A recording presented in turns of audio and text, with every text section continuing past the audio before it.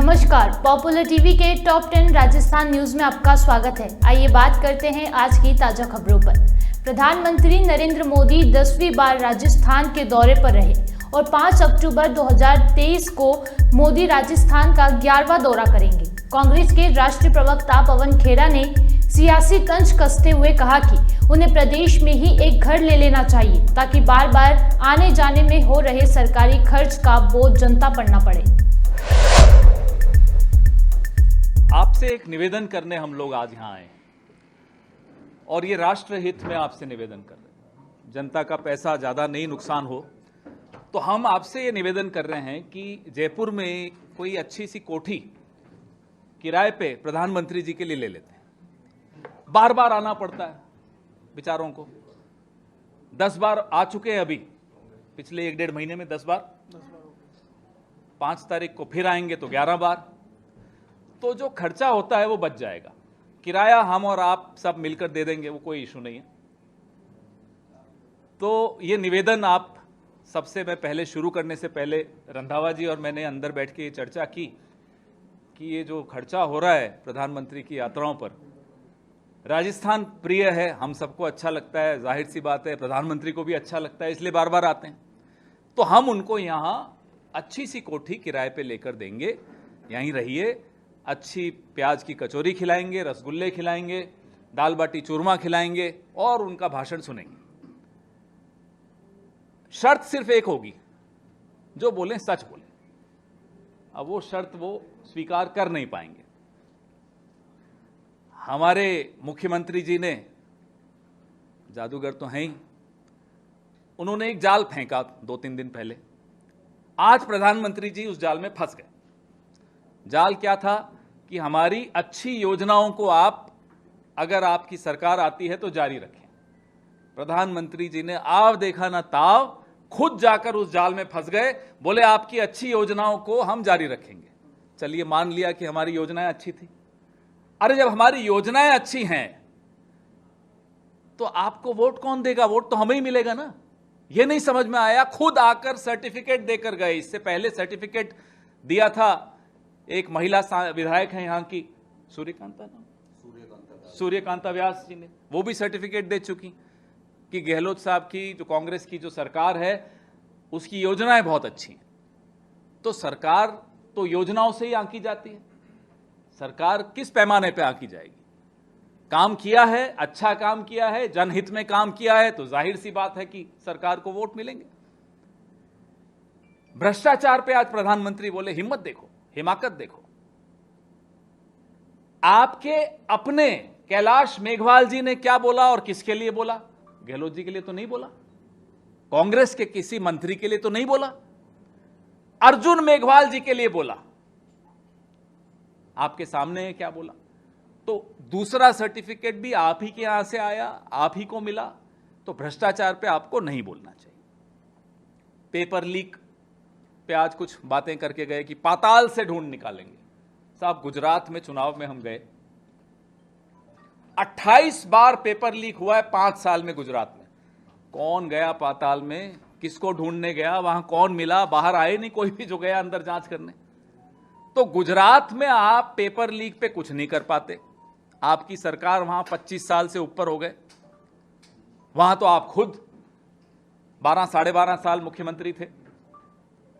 आपके दौरान paper leak हुए, किसको पकड़ा आपने? हरियाणा में पेपर लीक होता है, आपकी सरकार है, 10 साल होने आए हैं, किसको पकड़ा आपने? कौन गया पाताल में? किसको ढूंढने गया? कौन मिला पाताल में? भाषण देना, लफाजी करना, झुंझुने पकड़ाना, झूठ बोलना आकर, क्या प्रधानमंत्री को शोभा देता है? पाताल से ढूंढ निकालेंगे। अरे आपके अपने गृह मंत्री बोल के गए कि एक राष्ट्रीय नीति होनी चाहिए पेपर लीक से निपटने के लिए। होनी चाहिए का क्या मतलब है? बनाइए राष्ट्रीय नीति, क्यों नहीं बना रहे? पेपर लीक पर एक्शन अगर किसी ने लिया तो राजस्थान सरकार ने लिया, गुजरात सरकार ने तो नहीं लिया, हरियाणा सरकार ने तो नहीं लिया। फिर कहते हैं साहब महिलाओं के खिलाफ अपराध बढ़ रहे हैं। राजस्थान का नाम ले लेकर बोलते हैं। मणिपुर नहीं दिखता, मध्य प्रदेश नहीं दिखता, उत्तर प्रदेश नहीं दिखता, राजस्थान में अगर अपराध हैं तो अपराध से निपटने के लिए जो कार्रवाई हुई है, अपराधियों के खिलाफ जो कार्रवाई हुई है, उसकी दर भी राष्ट्रीय दर से दुगनी है। वो नहीं बोलेंगे प्रधानमंत्री जी। एफआईआर करना कंपलसरी हुआ तो दर ज्यादा दिखी, फिर भी देश में सबसे ज्यादा दर नहीं है, लेकिन जीरो टॉलरेंस का हमारा एक ध्येय है। महिलाओं के खिलाफ अपराध शून्य पर आए, यह हमारा एक ध्येय है। इसमें कोई आपस में प्रतियोगिता नहीं होनी चाहिए कि मेरी कमीज तुम्हारी कमीज से सफेद कैसे। इसमें पूरे देश को, हर सरकार को, हर पार्टी को मिलकर एक नीति बनानी चाहिए जिसमें जीरो टॉलरेंस हो महिलाओं के खिलाफ अत्याचार अपराध में। आपकी तरह नहीं कि कठुआ में अगर कोई बच्ची के साथ बलात्कार होता है तो आपके मंत्री बलात्कारियों के साथ खड़े होते हैं, झंडा लेकर निकल जाते हैं, उनके पक्ष में जुलूस निकालते हैं। हाथरस में भी यही करते हैं, कन्नौज में भी यही करते हैं, उन्नाव में भी यही करते हैं, ललितपुर में भी यही करते हैं। जहां देखो आप अपराधी और बलात्कारियों के साथ खड़े हुए दिखते हैं। इसलिए आप यहां आकर राजस्थान को और राजस्थान के समाज को और राजस्थान की सरकार को सर्टिफिकेट देने की हिम्मत ना करें। पूर्वी नहर के विषय में बोल कैसे सकते हैं, हिम्मत कैसे दिखाते हैं बोलने की। वादा खिलाफी किया, धोखा किया, गद्दारी की राजस्थान के साथ आप लोगों ने, केंद्र सरकार ने। तो आज प्रधानमंत्री जब यहां भाषण देकर गए हैं, हम आपसे ये निवेदन करते हैं, ये सारे सवाल हमारे उनसे पूछिए कि आपने इस पर क्यों नहीं बोला, गुजरात पे पेपर लीक पर क्यों नहीं बोला, मणिपुर पर क्यों नहीं बोला, हरियाणा के पेपर लीक पर क्यों नहीं बोला, पूर्वी नहर पे क्या आपने माफी मांगी राजस्थान के लोगों से। 2 अक्टूबर को प्रधानमंत्री नरेंद्र मोदी राजस्थान के चित्तौड़गढ़ पहुंचे, जहां उन्होंने सावलिया सेठ जी के दर्शन के बाद एक जनसभा को भी संबोधित किया और सीएम गहलोत की सरकार पर जमकर निशाना साधा, जिस पर अब पलटवार करते हुए गहलोत कैबिनेट के मंत्री प्रताप सिंह खाचरियावास ने जवाब दिया है कि एक बात मानकर चलिए, भारतीय जनता पार्टी के सबसे बड़े नेता ने यह स्वीकार किया कि हमारी योजनाएं ऐसी है जिनको बंद नहीं किया जा सकता। जो योजना कर्मचारी, व्यापारी, मजदूर, किसान, विद्यार्थी सबकी आंखों में चमक लेकर आती हो, जो राजस्थान को मजबूत करती हो, राजस्थान की जनता को ताकत देती हो, जो गरीब के आंख में चमक लेकर आती हो, ऐसी योजनाएं राजस्थान सरकार की है। 1 करोड़ बुजुर्ग विकलांग विधवा पेंशन हम दे रहे हैं, 1000 मिनिमम पेंशन है राजस्थान में, 2000 यूनिट किसान की बिजली फ्री है। हमने 14,000 करोड़ के 22 लाख किसानों के कर्जे माफ कर दिए। आप आश्चर्य करेंगे, बच्चे फ्री में एग्जाम देने जाते हैं। ओपीएस स्कीम हमने कर्मचारियों की लागू कर दी। हमने कर्मचारियों को अधिकार दे दिए। संविदा में जो ठेके पर कर्मचारी होता है उसको ठेकेदार पूरा पैसा नहीं देता था, बिल्कुल रैक्सको की तरह, जैसे सैनिकों के लिए सरकार अलग से चलाती है वैसे कि वैसे एक संविदा वालों के लिए अलग से डिपार्टमेंट क्रिएट कर दिया, जिसके जरिए उनका पूरा पैसा उनको हक मिलेगा। हमारा काम बोलता है और हमारे काम पर, अच्छे कामों पर मोहर आज प्रधानमंत्री जी ने लगा दी और प्रधानमंत्री जी ने माना कि हमारी योजनाएं ऐसी है जिनको बंद नहीं किया जाना चाहिए। प्रधानमंत्री जी ने हमारी पब्लिक वेलफेयर की और डेवलपमेंट की योजनाओं पर मोहर लगाकर ये बता दिया कि राजस्थान की योजना हिंदुस्तान में सबसे अच्छी है, कि हम भी उनको बंद नहीं करेंगे। ये बात कही उन्होंने, ये स्वीकार किया कि राजस्थान में कांग्रेस की, गहलोत सरकार की योजनाएं बहुत अच्छी है। आप तो ये कह रहे हैं कि भाई कम से कम बीजेपी की सरकार आ रही है तो अनुग्रह कर रहे हैं कि हाँ हमारी योजनाएं बंद मत करना। नहीं, हमने तो नहीं कहा कि बीजेपी की सरकार आ रही है, सरकार तो कांग्रेस की आ रही है। हमने कब कहा? कोई नहीं कह रहा ये बात। वो कह रहे हैं कि दंगेबाजों पर नियंत्रण होगा, पत्थर हो रहे हैं। दंगा, राजस्थान एकमात्र स्टेट है जहां पर दंगे हुए ही नहीं। सबसे कम दंगा फसाद यदि कहीं हुआ हिंदुस्तान में, आप आंकड़ा उठाकर देख लो तो राजस्थान है। यूपी, एमपी, हरियाणा, यहाँ दंगे ज्यादा हुए लेकिन राजस्थान में कम हुए हैं। ये बात तो सबको माननी पड़ेगी कि राजस्थान में अमन चैन और भाईचारा है। हिंदू मुसलमान, सिख ईसाई का टकराव नहीं है। अब हिंदू मुसलमान के नाम पर टकराव बीजेपी खड़ा करना चाहती है। बीजेपी दंगे करवाकर कांग्रेस की योजनाओं पर पर्दा डालना चाहती है कि यदि दंगे भड़क जाए तो कांग्रेस की योजनाओं पर पर्दा डाला जा सके।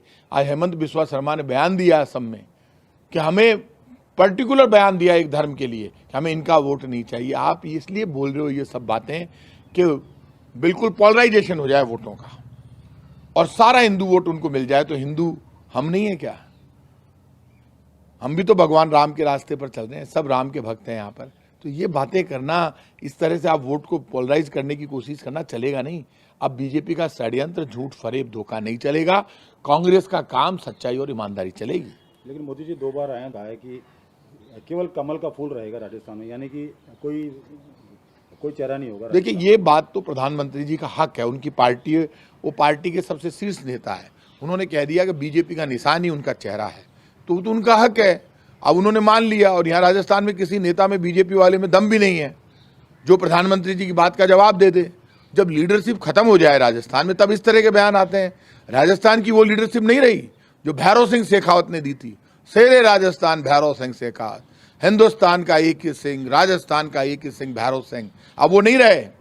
वो चुनौती देते थे केंद्र के नेताओं को, कोई उनको चुनौती नहीं देता था।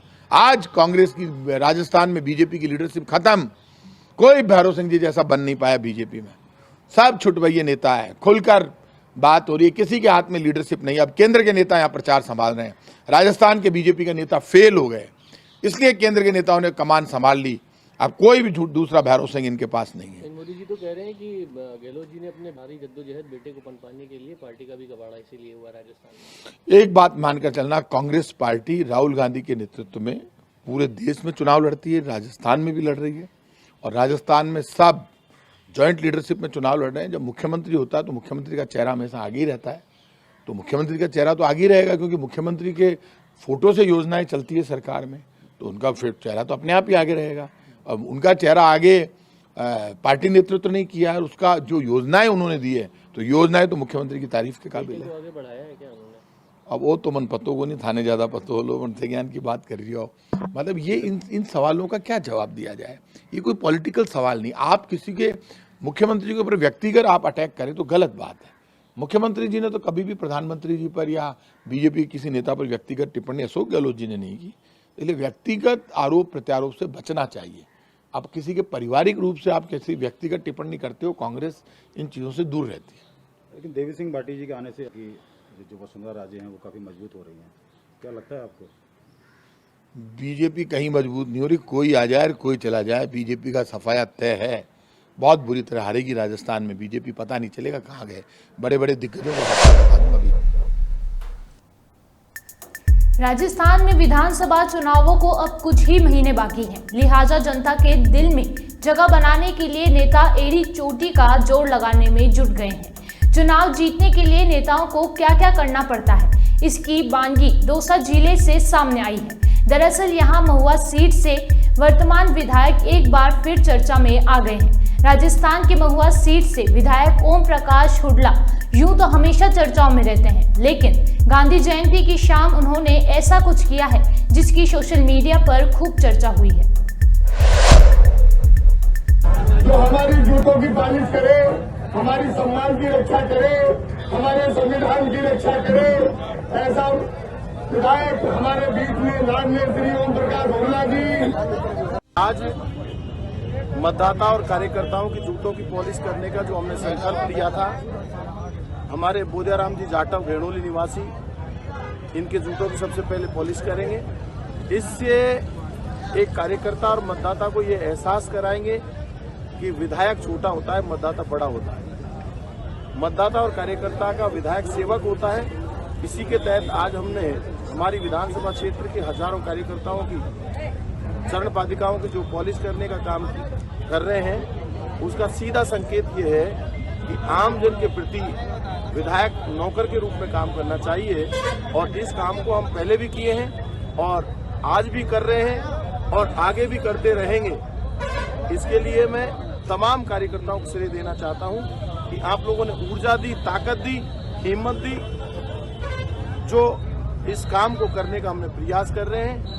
इसके लिए बहुत बहुत आपका धन्यवाद।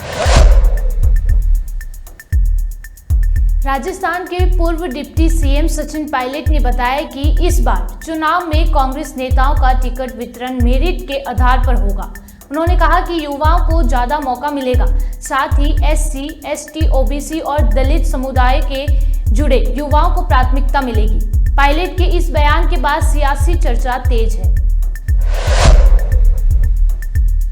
प्रधानमंत्री जी आ रहे हैं, उनका स्वागत है, लेकिन जनता समझ रही है कि उनके आने का, दौरे लगाने का, बार बार करने का उद्देश्य क्या है। अगर राजस्थान के 8 करोड़ लोगों की भलाई की बात होती तो मैं समझता हूँ जो पिछले 5 साल का कार्यकाल निकला है केंद्र सरकार का, उसमें सारे सांसद बीजेपी के थे 25 के 25, और राजस्थान की जो विशेष मांगे थी उनको पूरा करने की चेष्टा भी नहीं करी गई।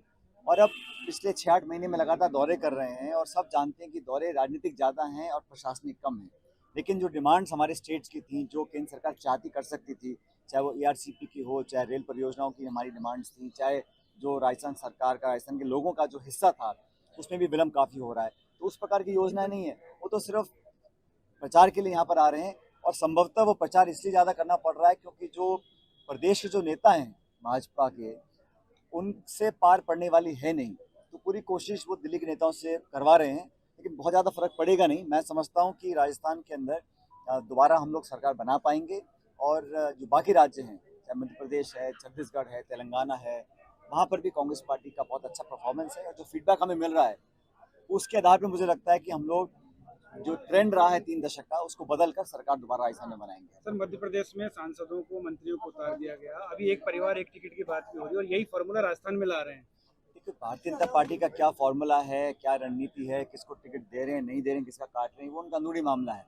लेकिन मैं इतना जानता हूँ कि जो स्टेटमेंट्स मध्य प्रदेश के नेताओं के आए हैं टिकट मिलने के बाद, वो बहुत उत्साहित नहीं थे, और सब कतरा रहे हैं कि हमको कहाँ चुनाव लड़ाने के लिए भेज रहे हैं। स्थिति धरातल पर बहुत मजबूत है, और पिछले कुछ हफ्तों में जो लगातार मूवमेंट हुआ है, खड़गे जी का, राहुल जी का, प्रियंका जी का, हम सब लोग फील्ड में गए हैं, तो नौजवान, किसान वर्ग, ग्रामीण क्षेत्र में सब लोग मध्यम वर्ग समझ रहे हैं कि भाजपा की नीतियों से उनको आहत हुए हैं। आर्थिक जो अपॉर्चुनिटीज़ थी, संभावनाएं कम हुई हैं, रोजगार लग नहीं रहे हैं, महंगाई आसमान छू रही है, और लगातार जो ये प्रचार और भाषण और विवादित जो एक माहौल बनाने की कोशिश की जा रही है, उससे भी लोग त्रस्त हैं, वो पसंद नहीं कर रहा है। बेवजह हर चीज़ पर, मुद्दे पर कंफ्यूजन क्रिएट करना, अफवाह पैदा करना, और नारे अब लोग सुनकर थक गए हैं, नारे पुराने हो गए हैं, लोग विकास चाहते हैं। 10 साल का समय दिया है भाजपा की सरकार को, पूर्ण बहुमत की सरकार। हमारी सरकार कोलिशन सरकार थी, फिर भी हम लोगों ने नरेगा हो, गरीबी उन्मूलन हो, तमाम तरह की योजनाएं बनाई। केंद्र सरकार उस प्रकार का काम करने में असहाय रही है, और अब जनता थक चुकी है, और इसका जो शुरुआत होगी NDA और BJP के पतन की, वो शुरुआत राजस्थान से होगी, मध्य प्रदेश से होगी, छत्तीसगढ़ से। सर, कहते हैं कि राजस्थान की राजनीतिक सरकार बनाने के लिए मेवाड़ से रास्ता निकलता है। मेवाड़ में दबदबा BJP का है, और आज ये सब पुरानी बातें अब सब धूमिल हो चुकी हैं, ट्रेंड बदल रहे हैं।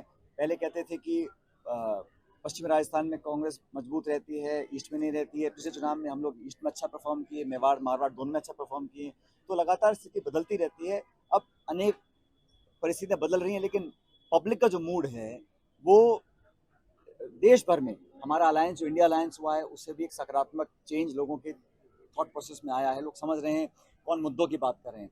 राहुल गांधी जी ने जो बात कही है, जो यात्रा निकाली, भारत जोड़ो यात्रा, जो हम लोग जीते हैं हिमाचल प्रदेश में, कर्नाटक में, उससे एक बहुत सकारात्मक वातावरण पैदा हुआ है। उसका लाभ निश्चित रूप से हम लोगों को राजस्थान में मिलेगा। टिकटों को लेकर के सर पहले था कि बात कही जा रही कि सितंबर में कर देंगे, सितंबर बीत गया, डिले क्यों हो रहा है टिकटें? अभी तक कोई आपकी स्क्रीनिंग कमेटी? ऐसा नहीं, हमारी मीटिंग लगातार हो रही है, और ये बात बिल्कुल सच है कि जो टिकट आवंटन इस बार होगा वो शुद्ध रूप से मेरिट पर है, और मेरिट पे होना भी चाहिए।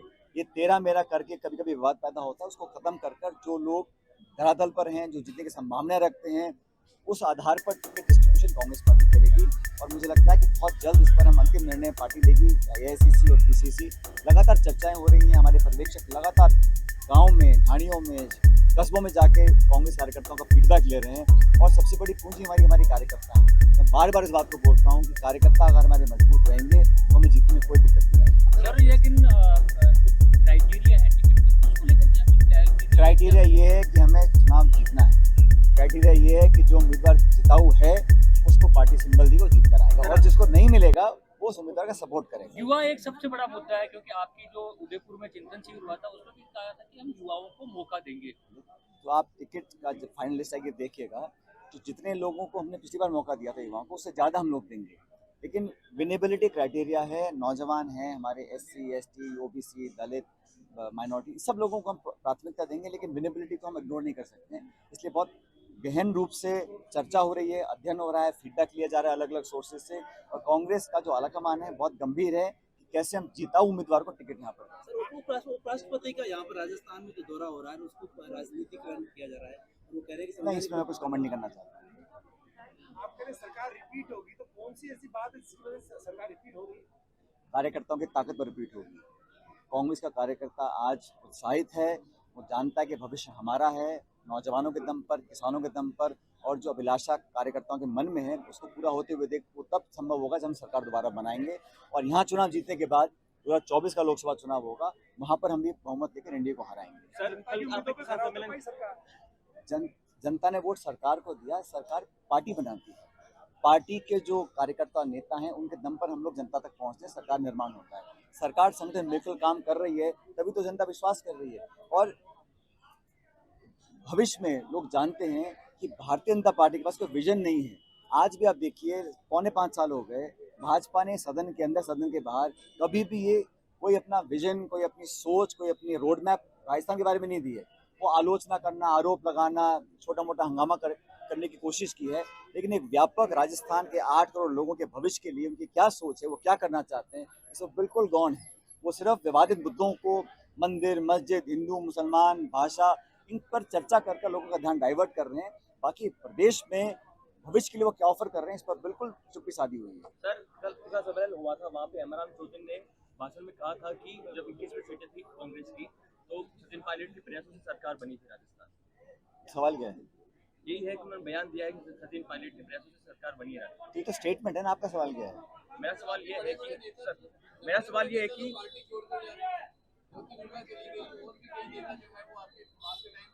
देखो, ऐसा नहीं है। देखो, चुनाव का समय है, कुछ लोग पार्टी छोड़ेंगे, कुछ ज्वाइन भी करेंगे, ये व्यक्ति का निर्णय होता है।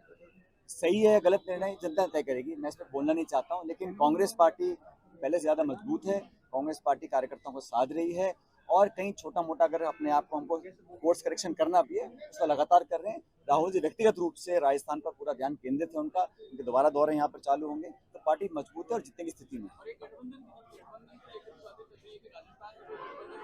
देखिए, इंडिया अलायंस हमारा राष्ट्रीय गठबंधन है, लेकिन राजस्थान में हमेशा चुनाव दोनों पार्टी के बीच में होता है, भाजपा और कांग्रेस। मैं मानता हूँ कांग्रेस मजबूत इतनी है कि अपने दम पर पूर्ण बहुमत की सरकार बना सकती है। राजस्थान के भीलवाड़ा में वंदे भारत ट्रेन को पलटने की साजिश का दावा करते हुए सोशल मीडिया पर एक वीडियो तेजी से वायरल हो रहा है। बताया जा रहा है कि ट्रेन को बेपटरी करने के लिए पटरी पर पत्थर और लोहे इस तरह से रखे गए थे कि तेज रफ्तार से दौड़ने वाली ये ट्रेन दुर्घटनाग्रस्त हो जाए। वायरल वीडियो में देखा जा सकता है कि पटरी पर काफी पत्थर और लोहे रखे गए हैं। एक जगह पटरी के बीच 2 लोहे फंसाकर बीच में पत्थरों का ढेर दिखा। कांग्रेस प्रदेश प्रभारी सुखजिंदर सिंह रंधावा के सामने सरकार का कामकाज देख रहे डिजाइन बॉक्स के संचालक और प्रदेश कांग्रेस अध्यक्ष गोविंद सिंह डोटासरा के बीच तकरार की चर्चा तेज हो गई है। ये तकरार इतनी अधिक हो गई है कि हाई कमान तक इसकी जानकारी पहुंच गई है। असल राहुल गांधी की जयपुर में 23 सितंबर को हुई सभा में से एक दिन पहले कांग्रेस वॉर रूम में हुए घटनाक्रम से उपजा विवाद शनिवार को ही सामने आया है। झुंझुनू के नवलगढ़ से बड़ी खबर मिल रही है। नवलगढ़ थाने से महज 50 कदम की दूरी पर स्थित मुक्तिधाम में अधजला शव मिला है। मुक्तिधाम में अधजला शव मिलने की सूचना पर इलाके में सनसनी फैल गई है। राज्य अनुसूचित जाति वित्त और विकास निगम आयोग के अध्यक्ष डॉक्टर शंकर यादव ने मंगलवार को राजकीय हरिदेव जोशी जिला अस्पताल का औचक निरीक्षण किया। राज्य मंत्री डॉक्टर यादव सुबह 9 बजे अस्पताल पहुंचे और सबसे पहले आउटडोर काउंटर का निरीक्षण किया। यहां कतार में लगकर पर्ची कटवाई और कतार में खड़े मरीजों और परिजनों से बात की। मुख्यमंत्री अशोक गहलोत की अध्यक्षता में मुख्यमंत्री निवास पर राज्य मंत्रिमंडल की बैठक आयोजित हुई। बैठक में संविदा कार्मिकों के हितों की रक्षा के लिए Rajasthan logistical service delivery corporation का गठन करने, कार्य प्रभारित कार्मिकों के लिए पदोन्नति के अवसर बढ़ाने और राजस्थान वक्फ नियम 2023 के प्रारूप का अनुमोदन करने, 80 से अधिक सामाजिक संस्थाओं को भू आवंटन और धरीवध घटना की पीड़िता को सरकारी नौकरी देने सहित कई महत्वपूर्ण निर्णयों का अनुमोदन किया गया। मौसम में अब बदलाव देखने में आ रहा है। पिछले 3 दिनों से लगातार न्यूनतम तापमान में कमी आ रही है। सोमवार को रात का तापमान 2 डिग्री की गिरावट के साथ 21.8 डिग्री दर्ज किया गया। अल सुबह गुलाबी ठंड का एहसास होने लगा है। आज के लिए सिर्फ इतना ही। देश और विदेश की तमाम बड़ी खबरों से जुड़े रहने के लिए देखते रहिए पॉपुलर टीवी।